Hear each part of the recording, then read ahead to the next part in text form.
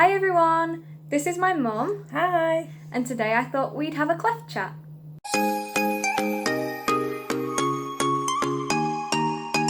For those of you who don't know me or haven't seen my channel before, then hi, my name's Bronwyn and I was born with a cleft lip and palate. I have a whole playlist of cleft related videos which I'll leave in a link in the description so you can check them out if you'd like to. As I said, I'm here today with my mum and I thought we could ask each other some questions about what it's like to be a parent of someone with a cleft and what it's like to actually have a cleft. I decided to make this video today because I thought it would be helpful to see what cleft life is like from the perspective of a parent.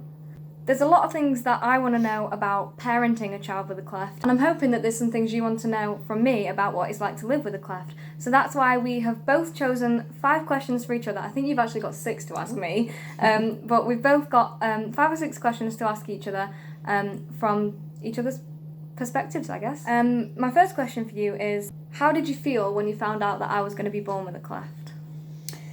I think my initial reaction was scared, believe it or not, but more scared for you and how you develop and a lot of things, how you would look.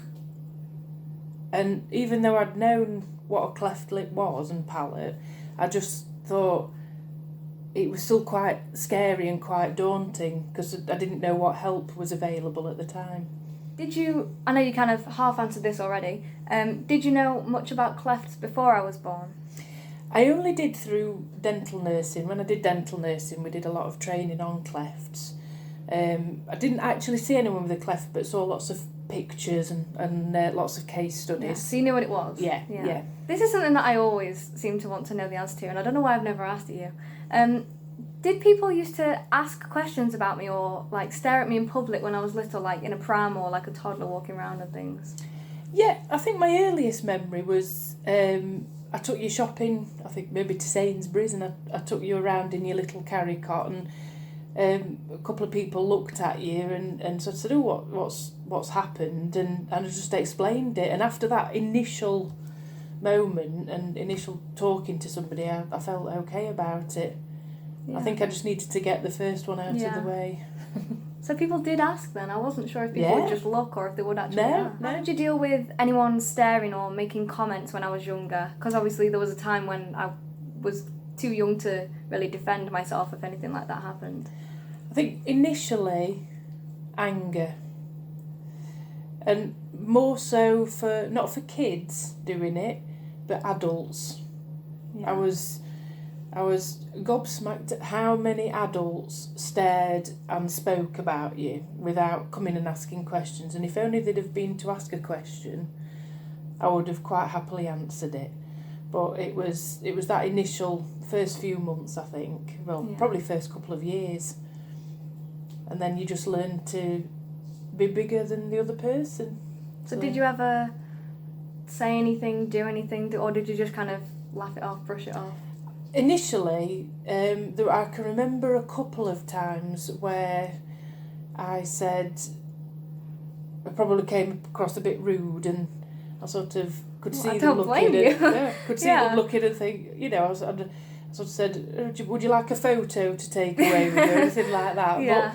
But then as you get older and you see you growing and you dealing with it, you learn to deal with it as a parent as well. And you think, well, they're not worth it, people that are like that. So you just laugh it off and, and get on with your day and ignore it. Yeah.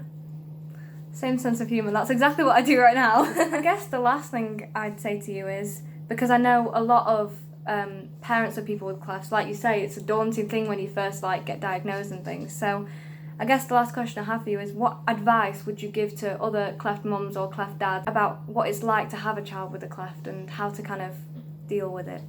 Well, it's probably easier said than done, but don't be scared. There's still a beautiful child at the end of it. There's still a beautiful child. They're yours to take home and to love and to nurture, and you've got to get on with it. There's lots of help out there for people with clefts, and you'll always get help immediately.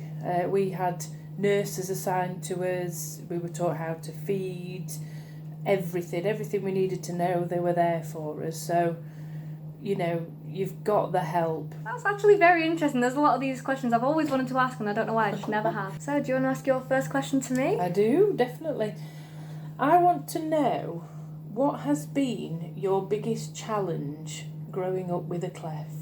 I'd say the hardest part about growing up with a cleft is teenage years. I mean, I still am a teenager, I'm 17, but I'd say like around 13, 14, 15, they're the years where you're trying to figure out who you are and everyone wants to fit in at that age and it's difficult. It was a time when I was only just starting to understand that I was different as well, like I hadn't really thought about it much before. I found it difficult for a bit just knowing that I was different, not really being able to do much about it, and I hadn't really gone through the stage of acceptance How yet. would you say you have built up confidence throughout the years? Who would you say has helped you, or what has helped you?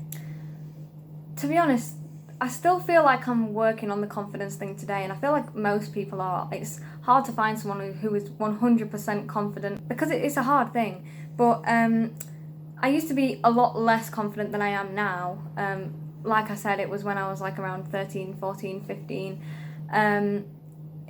Confidence was a more difficult thing, and I think the thing that's helped me get to where I am today is just being able to accept being different and embrace it and be proud of it. And it's a really hard thing to do, and like I said, I think I'm still working on it, but as soon as you realise that there are other people like you, I think it really does help with your confidence. How do you, or how have you dealt in the past with people's stares or comments? When I was younger, I feel like I didn't really deal with it in the best way. If someone was to stare or make a comment, I would stick my tongue out, frown at them. Probably not the best way to deal with it. And then I went through a stage of just ignoring it. But it's quite a hard thing to do, you know, if you've got people every day staring at you, saying things to you, and it's hard to laugh it off and pretend it's not happening and just ignore them. These days, I go about it in a very different way. I just smile at people. I feel like smiling at them, looking at them in the eyes, it's a way of you acknowledging them, and when they realise that you've acknowledged them and that you've realised that they're staring at you, I think it makes them kind of do a double take and they think twice about what they're doing and then they stop staring. I've realised that the more I smile at people, the more I give them eye contact, people either smile back or just look away, and yeah, I think that's been the best way I've dealt with it. How would you say you've coped with all of your surgeries? And I think I've been with you throughout them all, and we've had some good laughs, haven't we? I think you have to. Yeah. So, but how would you say in yourself how you've coped with all of the surgeries? To be honest, I don't remember most of them. They were when I was really young. I think the earliest, I mean, I have memories of a lot of them, but I think the earliest one I remember is my bone graft when I was like 8 or 9. And I don't really remember feeling nervous or anything, because I guess I didn't really understand what was happening, did I? And as I've got older and I obviously understand what's going to happen to me, I think I don't know, I feel like you have to get on with it, don't you? There's nothing much you can do. You know it's for the best. And I do try and get a good understanding of what's going to happen to me. I always like to know and have all my questions answered. I don't think I've ever really found it hard to deal with, because obviously I get nervous before it and everything. I don't know, I feel like I just do it. It's a really hard question to answer because I just go and do it. It's been my whole life pretty much. I don't remember a time before I'd had any surgery. I think my first operation I was like 4 months old or something, so I'm kind of just used to it.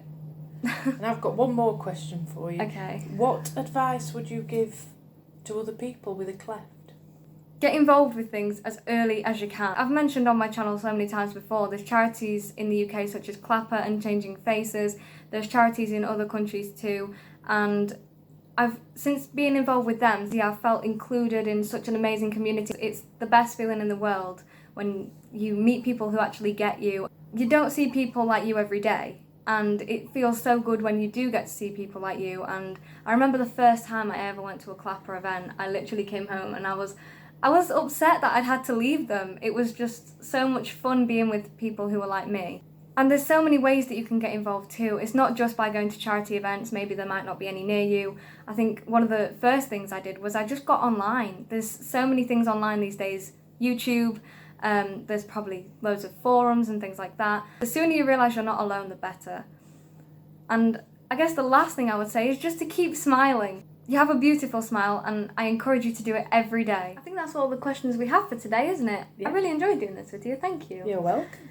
I really hope that you found it helpful today to see what cleft life is like from the perspective of a parent and someone who is, going through it all. Yeah, I really hope you found it helpful because I know how lonely it can be, and I'm sure you do too if you're going through this alone. So yeah, thank you so much for watching, and I'll see you again soon. Bye! Bye!